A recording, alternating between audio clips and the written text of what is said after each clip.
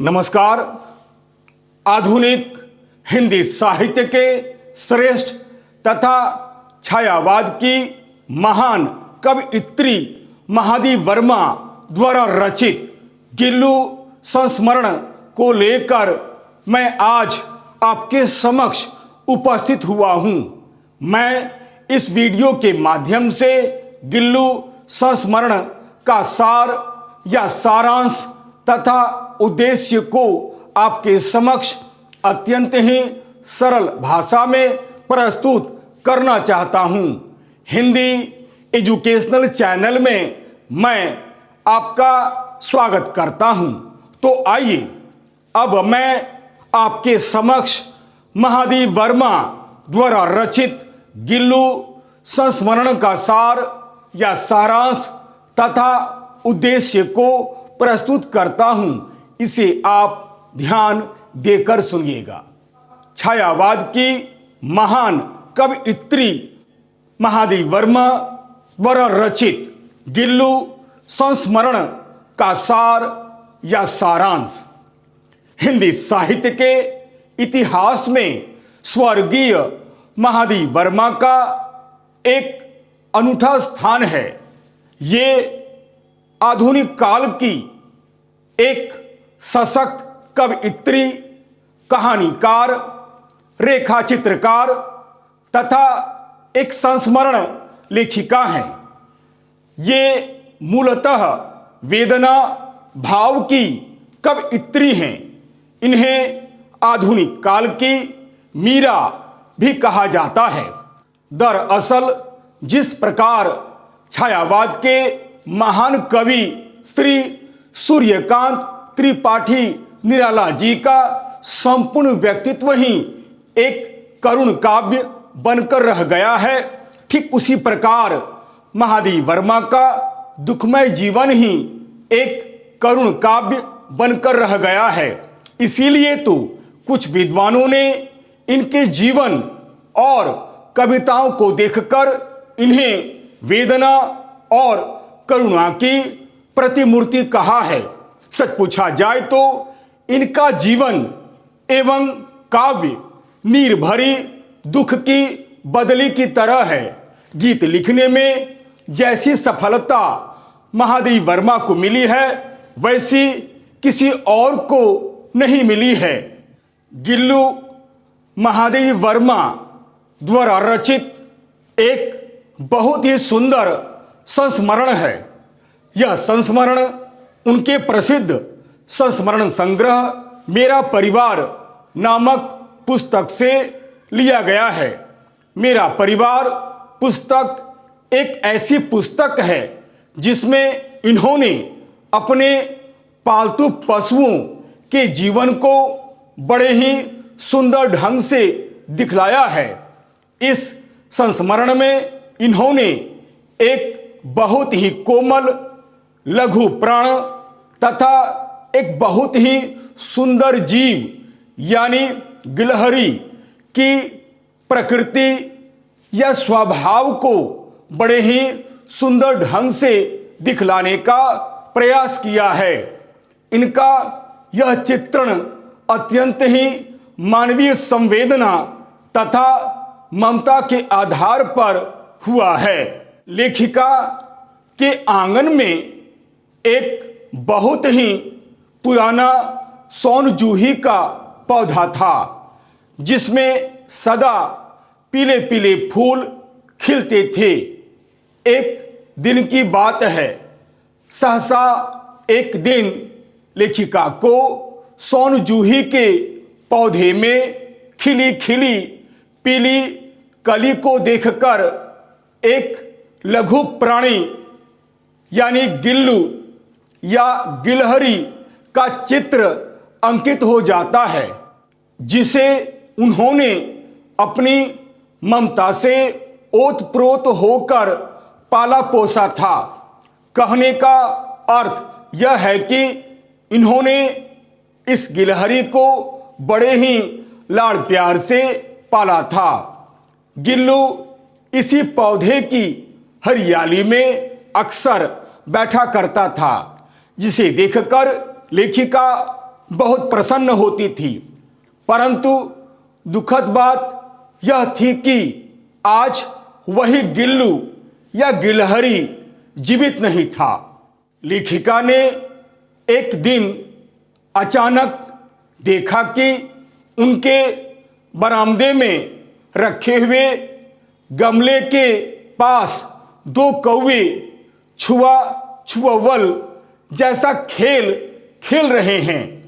पास जाकर देखा तो पता चला कि एक छोटा सा गिलहरी का बच्चा था जो अपने घोंसले से किसी कारणवश नीचे गिर गया था और दोनों कौवे अब उसे अपना आहार समझकर खाना चाह रहे थे। कई चोंच भी मार चुके थे, जिसके फलस्वरूप अब उसके बचने की कोई उम्मीद नजर नहीं आ रही थी।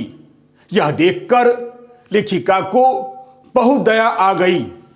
फिर क्या था, लेखिका उसे उठाकर अपने कमरे में ले गई। उसके बाद उसके घाव साफ कर उन पर मलहम लगाया और रुई की पतली सी बत्ती बनाकर दूध में भिगोकर जैसे तैसे उसके मुंह में लगाई। तीसरे दिन वह गिलहरी अच्छा हो गया। अब वह लेखिका की अंगुली को अपने नन्हे पंजों से पकड़कर इधर उधर देखने लगा था। इस प्रकार करुणा से ओतप्रोत होकर पालने पोसने से गिलहरी को एक नया जीवन मिला। फिर क्या था, धीरे धीरे उसके रूप रंग में परिवर्तन आने लगा।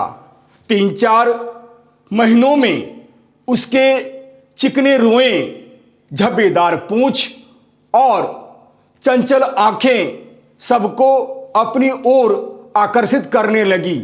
लेखिका उसे गिल्लू कहकर पुकारने लगी। फूल की एक छोटी सी डलिया बनाकर तथा रुई के बिस्तर पर उसको रख दिया गया। डलिया को एक तार की सहायता से टांग भी दिया गया। अगले 2 वर्षों तक गिल्लू का वही घर रहा। वह कांच के मनकों जैसी आंखों से सदा इधर उधर देखा करता था। गिल्लू की एक खास विशेषता थी। गिल्लू हमेशा लेखिका का ध्यान अपनी ओर आकर्षित करने के लिए कुछ न कुछ करते रहता था। जब भी लेखिका लिखने बैठती थी, वह लेखिका के पैर तक आकर सर से पर्दे पर चढ़ जाता था और उसी तेजी से उतरता था। वह तब तक इसी क्रम में लगा हुआ रहता था जब तक कि लेखिका उसको स्वयं पकड़ने नहीं उठ जाती। कभी कभी वह गिल्लू को किसी लंबे लिफाफे में बंद कर देती तो वह उसके अंदर चुपचाप बैठे हुए रहता था। केवल उसके आगे वाले पंजे ही बाहर रहते थे और वह सिर निकालकर अपनी चमकीली आंखों से उन्हें देखते रहता था। भूख लगने पर वह चिक चिक करके मानो लेखिका को भूख लगने की सूचना देता था। जब बसंत ऋतु आई तो लेखिका ने उसे जाली से आजाद कर दिया। कारण कई गिलहरियां जाली के आसपास आकर चिक चिक करने लगी थीं। लेखिका को लगा कि गिल्लू भी अब बाहर जाना चाहता है। बाहर जाने पर गिल्लू ने मानो मुक्ति की सांस ली। उसके लिए अब बाहर जाना भी बहुत ही आसान हो गया था। लेखिका के बाहर जाते ही गिल्लू भी खिड़की की खुली जाली से आसानी से बाहर चला जाता और दिन भर गिलहरियों के झुंड का नेता बनकर हर डाल पर उछलता कूदता रहता और ठीक 4 बजे वह खिड़की से भीतर आ जाता। जब भी द्वार खोलकर लेखिका अंदर प्रवेश करती, गिल्लू दौड़कर उनकी टांगों से होकर सिर पर चढ़ जाता था, यानी वह सर से पांव तक दौड़ लगाता था। यह उसका रोज का काम बन गया था। कभी कभी तो वह लेखिका को चौंकाने का भी प्रयास करता था। वह कभी फूलदान में छिप जाता था तो कभी पर्दे की चुन्नट में यानी पर्दे की मोड़ में छिप जाता था। लेखिका को पशु पक्षियों से बहुत प्रेम था, यानी लेखिका पशु पक्षी की बहुत प्रेमी थी। लेखिका के पास गिल्लू के अलावे अन्य कई पशु पक्षी भी थे जिनसे वह बहुत प्रेम करती थी, परंतु वह अपने भोजन में किसी को भी सम्मिलित नहीं करती थी। केवल गिल्लू ही एकमात्र ऐसा लघु प्राणी था जो उनके साथ भोजन में सम्मिलित होता था। थाली में से एक एक चावल का दाना खाना उसकी विशेषता थी। काजू तो उसे बड़ा प्रिय लगता था। यदि काजू उसे नहीं मिलता तो वह अन्य किसी पदार्थ को भूल कर भी नहीं खाता था। लेखिका की अस्वस्थता की दशा में वह उनके पास ही बैठा रहता था। एक दिन लेखिका किसी मोटर दुर्घटना में आहत हो गई। उन्हें कुछ दिनों तक अस्पताल में ही रहना पड़ा।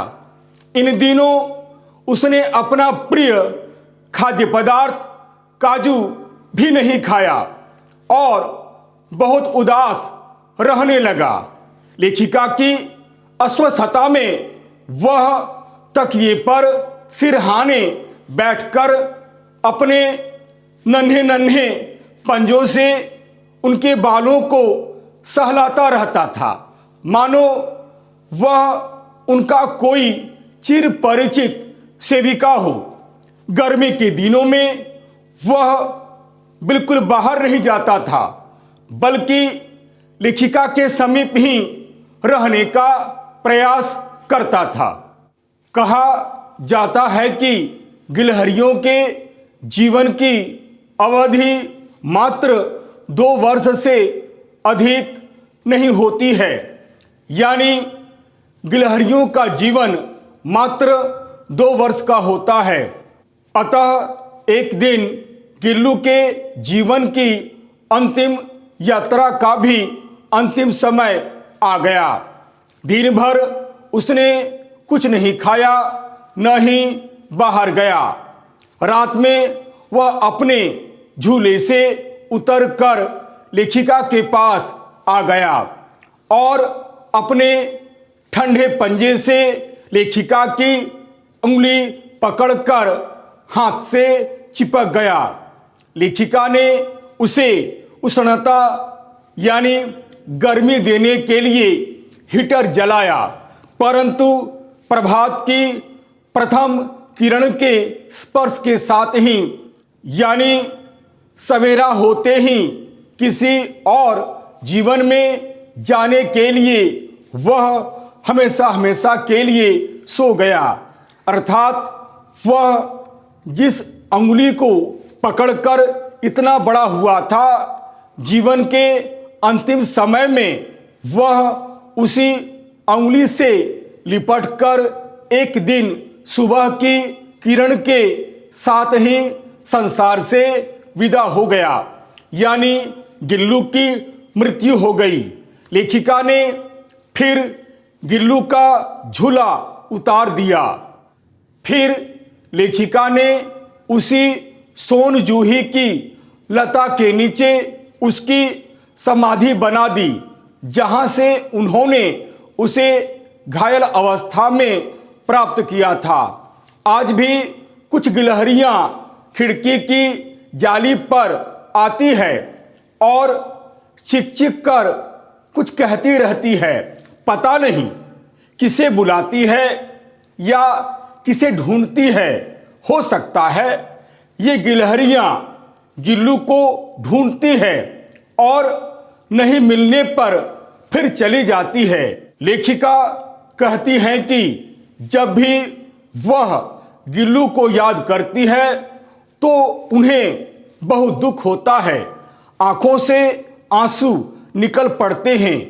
यानी लेखिका को उसकी याद आज भी बहुत ही पीड़ा देती है। अतः इस संस्मरण में लेखिका ने यह बतलाया है कि हमें पशु पक्षियों के प्रति आत्मीयता का भाव रखना चाहिए और उनका संरक्षण करना चाहिए। आइए अब मैं महादेव वर्मा द्वारा रचित गिल्लू संस्मरण का क्या उद्देश्य है, क्या संदेश है, इसे मैं अत्यंत ही सरल भाषा में बतलाने का प्रयास करता हूं।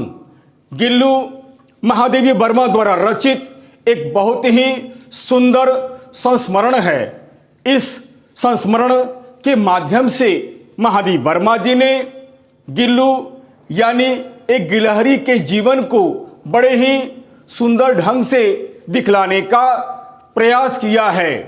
महादेवी वर्मा जी ने इस संस्मरण के माध्यम से हमें यही संदेश दिया है कि हमें पशु पक्षियों के प्रति आत्मीयता का भाव रखना चाहिए और इनका संरक्षण करना चाहिए। पशु पक्षी भी बिल्कुल हमारी तरह होते हैं, वे भी हमारा प्यार चाहते हैं, यानी वे भी हमारा अपनापन चाहते हैं। वे केवल हमारी तरह बोल नहीं सकते हैं, परंतु किसी न किसी रूप में वे अपनी भावनाओं को अवश्य व्यक्त करते हैं। अतः हमें ऐसे प्राणी से प्रेम करना चाहिए, न कि अपने मनोरंजन के लिए इनकी हत्या या शिकार करना चाहिए और न ही हमें इन्हें किसी प्रकार का कष्ट पहुंचाना चाहिए। ऐसा करना एक जघन्य अपराध है, एक अमानवीय कार्य है। यह संस्मरण भाव पक्ष के साथ साथ कला पक्ष की दृष्टि से भी एक बहुत ही सुंदर संस्मरण है। इस संस्मरण की भाषा शुद्ध साहित्यिक हिंदी खड़ी बोली है, यानी इस संस्मरण की भाषा सरल, सरस, रोचक और मुहावरेदार है। कवयित्री ने इस संस्मरण में शब्दों का चयन बड़े ही सुंदर ढंग से किया है। यह संस्मरण बहुत ही रोचक है, आकर्षक है। अतः हम यह कह सकते हैं कि महादेव वर्मा द्वारा रचित गिल्लू संस्मरण भाव पक्ष के साथ साथ कला पक्ष की दृष्टि से भी एक बहुत ही सुंदर संस्मरण है। यदि आपको यह वीडियो अच्छा लगता है, उपयोगी लगता है, तो आप इसे लाइक करें, शेयर करें और तो और सब्सक्राइब करना आप बिल्कुल नहीं भूलें। याद रखिएगा, मेरा यह वीडियो, मेरा यह चैनल एक प्रकार से एक एडुकेशनल चैनल है।